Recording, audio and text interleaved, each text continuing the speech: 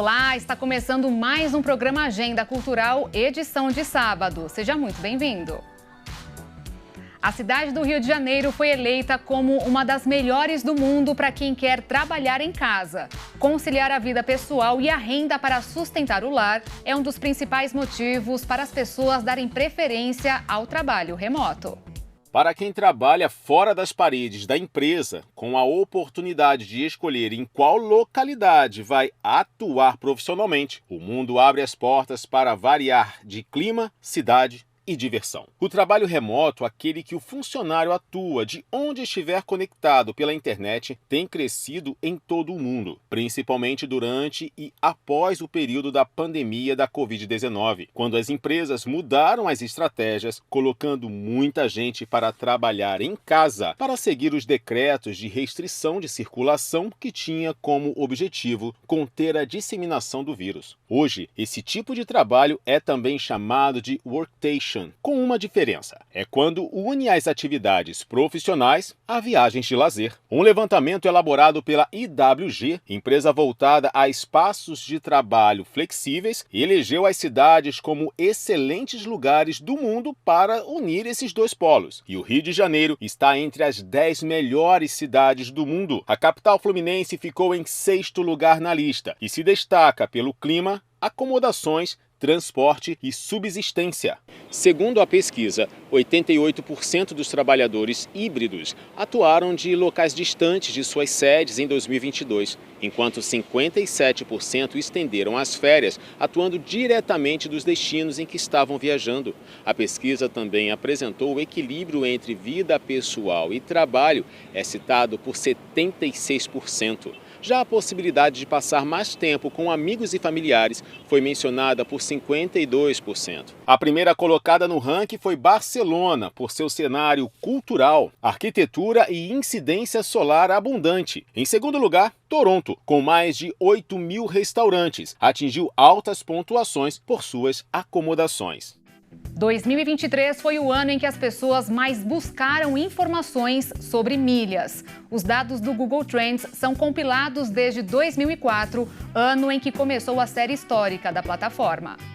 Os programas de milhagem são aqueles em que os clientes acumulam pontos para trocar por passagens, assentos mais confortáveis, diárias em hotel, produtos eletrônicos, ingressos de show ou ainda cashback. Segundo a Associação Brasileira das Empresas do Mercado de Fidelização, os brasileiros valorizam cada vez mais esse tipo de programa. Houve, inclusive, aumento no percentual de pessoas que realizam compras em marcas que oferecem fidelidade ou benefícios, de 72% em 2022 para 85,2% em 2023. A alta pode ser atribuída pela diversificação do portfólio das companhias, que ampliaram as oportunidades de acúmulo e de resgate de pontos e milhas. Das perguntas mais feitas no Google estão: como e onde comprar milhas? Dá para conseguir milhas nas companhias aéreas que têm programas de fidelidade. E como acumular essas milhas? Tem que estar cadastrado em um programa de milhas e dar preferência às compras em parceiros de programas de fidelidade,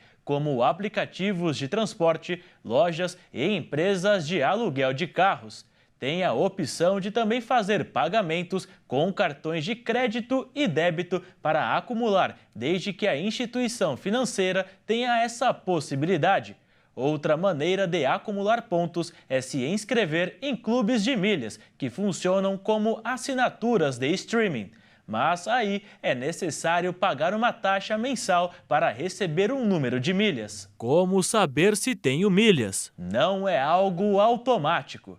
Antes de viajar, é preciso se inscrever em um programa de milhas e verificar se está valendo a pontuação. Como ganhar milhas com cartão de crédito? Basta verificar se a empresa do seu cartão de crédito possui algum programa que converta seus gastos em milhas ou pontos. Como comprar passagem com milhas? Se você já tiver a quantidade de milhas necessária, pode trocar imediatamente e emitir sua passagem na hora. Se não, é possível trocar uma parte das milhas e completar o pagamento com dinheiro. E por fim, quantas milhas preciso para viajar? Vai depender do destino, dos assentos disponíveis, horários dos voos e do período da viagem. Sempre consulte o site das companhias aéreas para saber a quantidade necessária.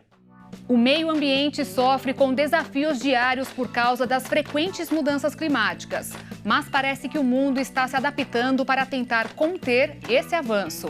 No ano passado, houve um crescimento de 40% das chamadas construções verdes residenciais, que cumprem um papel fundamental na preservação do nosso planeta. O número mostrou que a cada 20 novos empreendimentos residenciais, 8 se tratavam de organizações verdes. Elas são projetadas para serem companheiras do meio ambiente. São utilizadas técnicas e materiais específicos para que a energia, a água e os recursos naturais sejam economizados, ou seja, reduzindo o impacto negativo na terra. As grandes empresas adotaram esse modelo de construção com o conceito de um setor residencial de luxo. Mas os especialistas afirmaram que esse crescimento ainda é baixo quando comparado com as construções tradicionais. Além de que também é considerado nichado e focado num público de alto poder aquisitivo. Mas eles também apostam em uma expansão no mercado que deverá acontecer no futuro. E não vai demorar muito tempo para que isso realmente aconteça. No ano passado, houve um aumento de quase 10% quando considerado todos os tipos de empreendimentos. A Organização das Nações Unidas garante que o setor da construção civil é responsável por quase metade de todas as emissões de dióxido de carbono no mundo. Ele é o principal gás do efeito estufa e contribui para as frequentes mudanças climáticas e aquecimento global. Justamente por isso, as construções sustentáveis são uma das principais tendências do mercado. Além de uma gestão controlada de recursos naturais para que sejam evitados desperdícios, os projetos também levam como prioridade o bem-estar da população. Tirar uma soneca revigora o organismo de várias pessoas, principalmente o cérebro. Esta pausa funciona como uma recarga, que até acelera os pensamentos, sem contar que aumenta o tamanho do cérebro, o que pouca gente sabia até agora. Na correria diária, é difícil encontrar quem não goste de separar um tempinho que seja para tirar aquele cochilo. Eu acredito que o brasileiro já vem de berço isso aí, né? Muitos têm esse hábito de acabar da refeição do almoço e degustar um soninho, né? Sempre trabalhei o dia todo, né? Então não tinha tempo. Agora eu estou aposentada, então estou tendo tempo, estou adquirindo esse hábito. Esse hábito é muito bom. É um super cochilo, né? Às vezes até uma horinha. Para estar disposto para o trabalho é fundamental uma boa noite de sono. Mas você sabia que um super cochilo também pode ajudar no seu desempenho? Este administrador explica que deixar os funcionários tirarem uma soneca durante o expediente é uma das estratégias de produtividade adotadas por empresas ao redor do mundo e se tornou uma tendência, especialmente nas grandes e médias. É importante nós entendermos que o indivíduo, estando bem, ele produz mais e melhor. Isso é fato, é provado por A mais B que essa condição está relacionada ao indivíduo estar bem.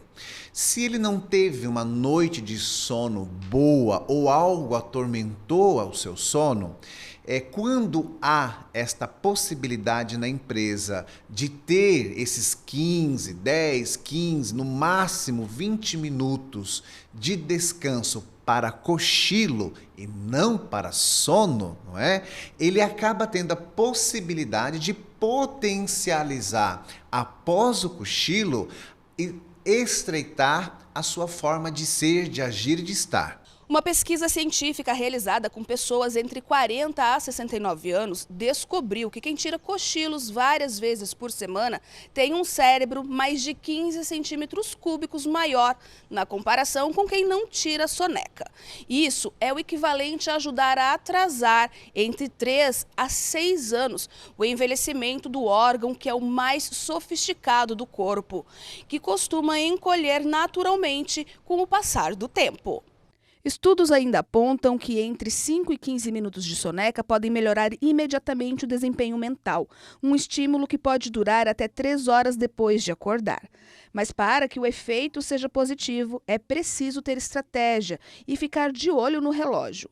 O ideal é dormir no máximo 20 minutos entre 2 e 4 horas da tarde, especialmente para não atrapalhar o sono noturno, que, aliado à prática de atividades físicas e à alimentação equilibrada, são essenciais para manter o condicionamento do corpo.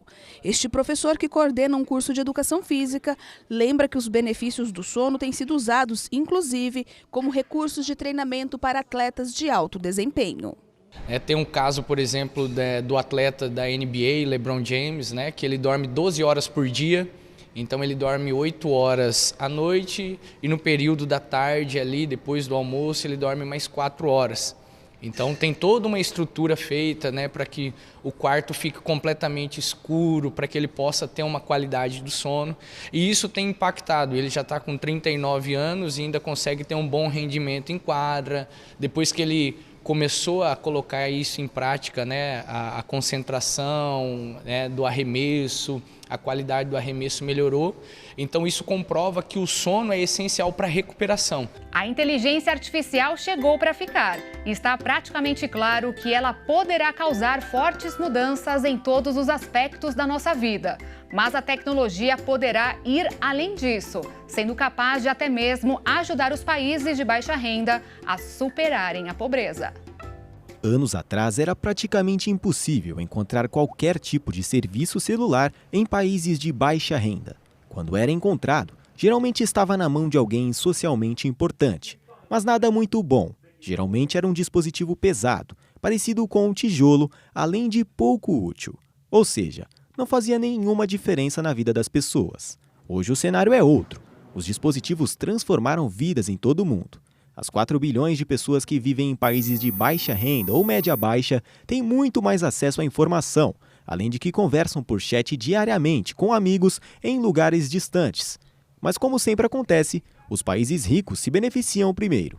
Se o alto custo de treinar os modelos de inteligência artificial caírem, os gastos para levar a tecnologia aos mais pobres poderia também cair. Além disso, não precisarão de um dispositivo novo, poderão acessar através daqueles que já possuem. Os benefícios com isso são diversos. Como os países ainda em desenvolvimento não possuem tantos profissionais qualificados, a IA poderia aliviar essa falta, mas não substituindo aqueles que já existem, mas sim ajudando na capacitação desses profissionais, assim podendo aumentar os níveis gerais de saúde e de educação. Outro ponto é principalmente na educação dos mais novos.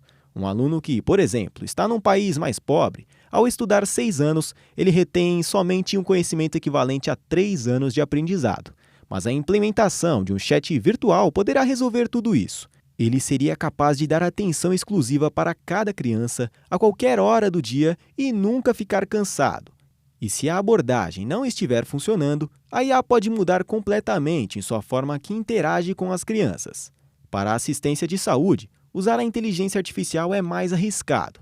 Se a tecnologia falhar na educação, um aluno apenas vai tirar uma nota ruim na prova. Mas se falhar durante uma cirurgia, um paciente poderá morrer. Mas ainda assim, alguns kits médicos feitos pela IA podem ser usados. Um exemplo são os dispositivos de ultrassom, capazes de interpretar escaneamentos e detectar tuberculose em raio-x de tórax. Essas interpretações poderão também facilitar o conhecimento médico mundial. Depois do intervalo, você vai conhecer dicas de como adestrar seu animal de estimação. É rapidinho, não sai daí.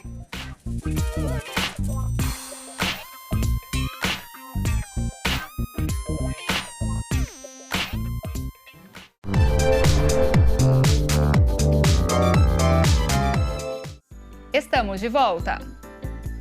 Nas Olimpíadas de Paris 2024, alguns atletas poderão levar um pedacinho da Torre Eiffel para casa. As medalhas dos Jogos Olímpicos e Paralímpicos terão partes do monumento original de 1889, que permaneciam inutilizáveis. Uma peça em formato de hexágono da Dama de Ferro será colocada em cada uma das mais de 5.000 condecorações. O presidente do Comitê de Organização dos Jogos Olímpicos, Tony Stanguet, agradeceu à Prefeitura de Paris e à Sociedade da Torre Eiffel por terem informado ao comitê que partes do monumento permaneciam inutilizáveis. Precisávamos de uma ideia muito forte. Graças à Torre Eiffel, finalmente conseguimos incorporar 18 gramas de ferro original da Torre Eiffel de 1889. Assim, cada atleta que ganhar uma medalha levará para casa não apenas uma medalha olímpica ou paralímpica, mas também um pedaço da torre original. É uma ideia incrível que, ao mesmo tempo, mostra o lado estético excepcional da medalha, mas também traz uma mensagem forte. Estamos muito orgulhosos disso. No verso, o Comitê Olímpico Internacional impõe a representação da deusa grega da vitória Nike, do estádio Panatenaico e da Acrópole. Mas Paris 2024 obteve autorização excepcional para acrescentar o desenho da famosa torre da cidade. Para as medalhas paralímpicas, não há figuras no verso. Portanto, o desenho será uma vista inferior da Torre Eiffel, com a inscrição Paris 2024 em braille universal. Um estudo revelou que o suco de tomate pode ter mais vantagens para a saúde. É o que dizem cientistas dos Estados Unidos, que identificaram no fruto compostos com capacidade de eliminar bactérias perigosas, como a salmonela. A equipe de pesquisadores direcionou a pesquisa para a salmonela, uma bactéria capaz de proliferar no intestino e causar intoxicação alimentar. Mais especificamente para a salmonela entérica do sorotipo TIF, que causa a febre tifoide quando cai na corrente sanguínea. A febre tifoide é uma questão grave de saúde pública em países com pouco acesso à água limpa e ao tratamento de esgoto. A transmissão de pessoa para pessoa acontece com a contaminação de comida e água. Os casos são mais severos e perigosos em crianças pequenas. Há inclusive surtos de febre tifoide resistente a medicamentos, como ocorreu em 2016 no Paquistão. A intenção dos pesquisadores é identificar alimentos que possam ter propriedades antibacterianas. O trabalho expôs culturas da bactéria ao suco de polpa fresca de tomate. Elas foram exterminadas em 24 horas e o motivo não foi a acidez do líquido. Os cientistas examinaram o genoma do fruto para encontrar genes que codificassem peptídeos potencialmente antimicrobianos. Foram identificados 2 peptídeos a partir de 4 candidatos com esse poder antimicrobiano, que conseguiram inibir o crescimento da salmonela TIF, incluindo a cepa resistente à ciprofloxacina, o principal antibiótico usado no combate à febre tifoide. Os pesquisadores criaram modelos desses peptídeos e simularam suas interações com as membras celulares da bactéria. Esses aminoácidos foram capazes de rasgar as membranas da salmonela em 45 minutos. Em outra fase da pesquisa, os cientistas testaram esse poder com a salmonela entérica Typhimurium, que causa intoxicação alimentar não letal. O resultado também foi positivo. Para os pesquisadores, o trabalho enfatiza a importância de manter boa dieta, rica em frutas e vegetais, e preparar alimentos com métodos de higiene, já que é nesse momento que a contaminação por patógenos costuma acontecer.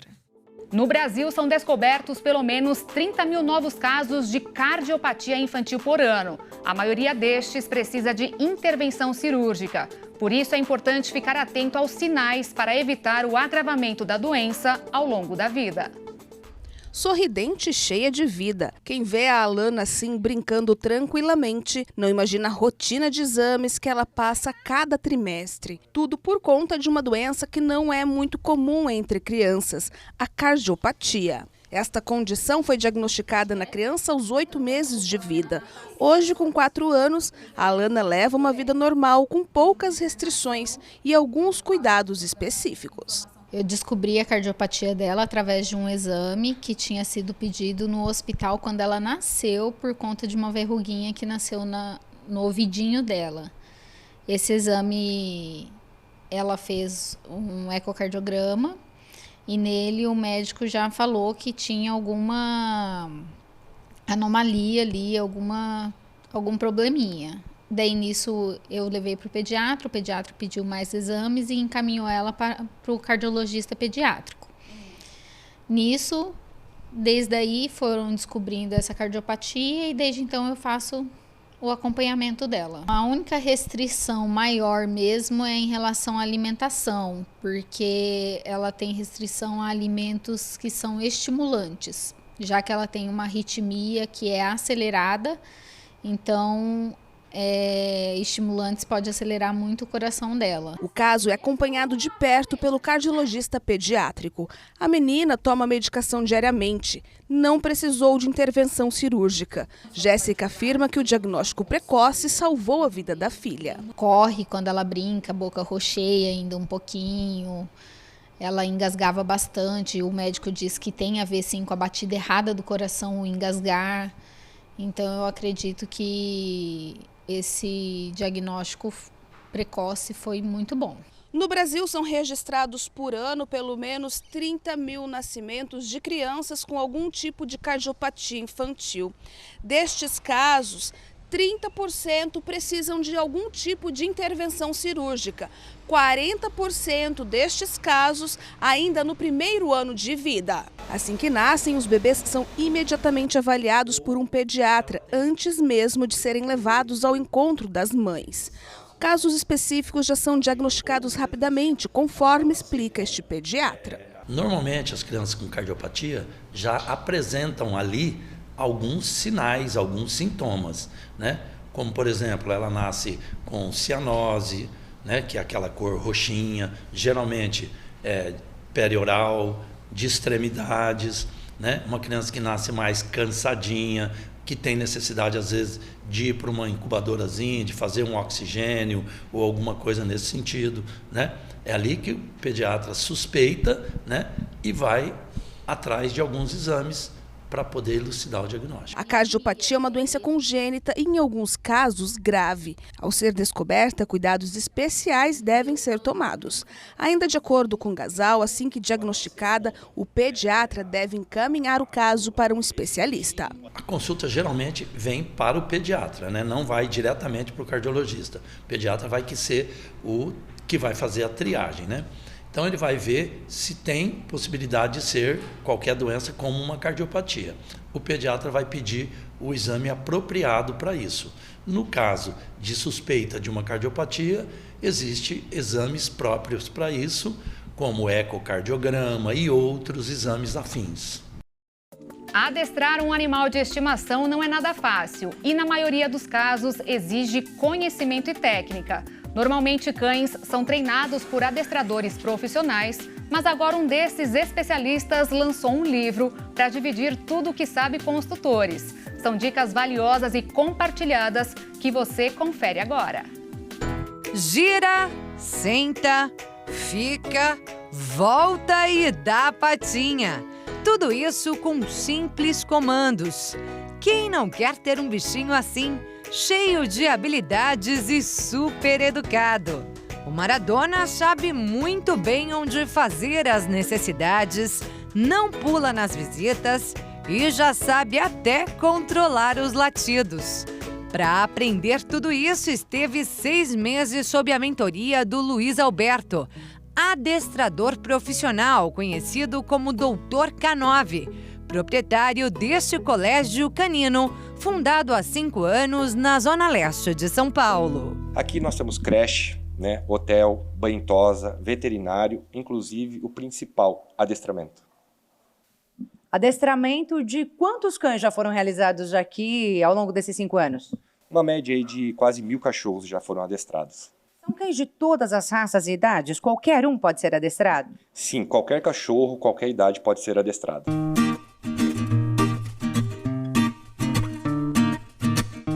E que bom seria se todos os cães tivessem acesso a esses ensinamentos, não é mesmo?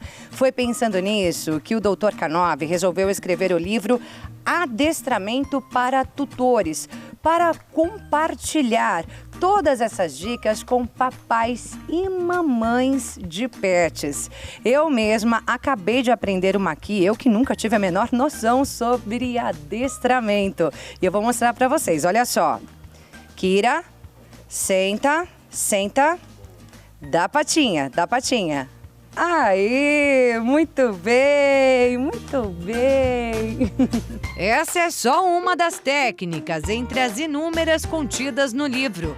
Uma ferramenta que chega para democratizar o adestramento, que, segundo Luiz, não é tão barato. Olha, hoje está numa média de R$1.000 por mês. Então aí você põe um trabalho de obediência, numa média aí de uns 6 meses. Não é todo mundo que consegue estar pagando ali 6 meses, R$1.000. E hoje o livro é um valor muito mais acessível para todo mundo. E você lá tem todas as técnicas e, na verdade, tem todas as respostas que você precisa com o seu pet. A primeira delas é como ensinar o pet a fazer as necessidades no lugar certo. O cão, ele não fica confortável de fazer as suas necessidades onde que está sujo. Então ele procura lugares limpos. A dica que está também no meu livro, é sempre 2 tapetinhos. Um para o número 1 e um para o número 2. 3 xixi ali, tira aquele tapetinho e coloca um novo. Sempre faz essa troca. E quando o cachorro é daqueles que arrasta o dono durante o passeio, hein? Eu pego um petisco, tá? Coloco na minha mão e vou colocar bem assim, deixar ele mordiscar e vou andando do meu lado, ó. Junto. Vou dando para ele o comando junto, ó. Junto. Ele vai permanecendo do meu lado e eu vou pagando a recompensa para ele entender que ficar ao meu lado é uma coisa prazerosa, ó. Junto. Assim ele vai entendendo que ficar ao meu lado, ele vai sentir prazer, ele vai ter recompensa. E se ele estiver lá na frente, tá errado, porque ele está me levando para passear. Já com o comando Fica, o adestrador ensina como manter o cãozinho calmo quando o tutor sai de casa. Ele enfatiza que é preciso se afastar aos poucos e sempre dar recompensas. Recompenso de novo. Fica. Agora eu vou abrir a porta. Vou começar a sair. Fica, mão sempre aberta, mostrando para ele que é para permanecer no local. Vou voltar, recompensá-lo. Muito bom. Fica. Agora eu vou sair bem devagar e ele vai permanecer no local sem a fuga. Isso e muito mais está no livro Adestramento para Tutores, encontrado nas principais livrarias do país. Um manual que mostra até como ensinar o bichinho a dar aquele abraço.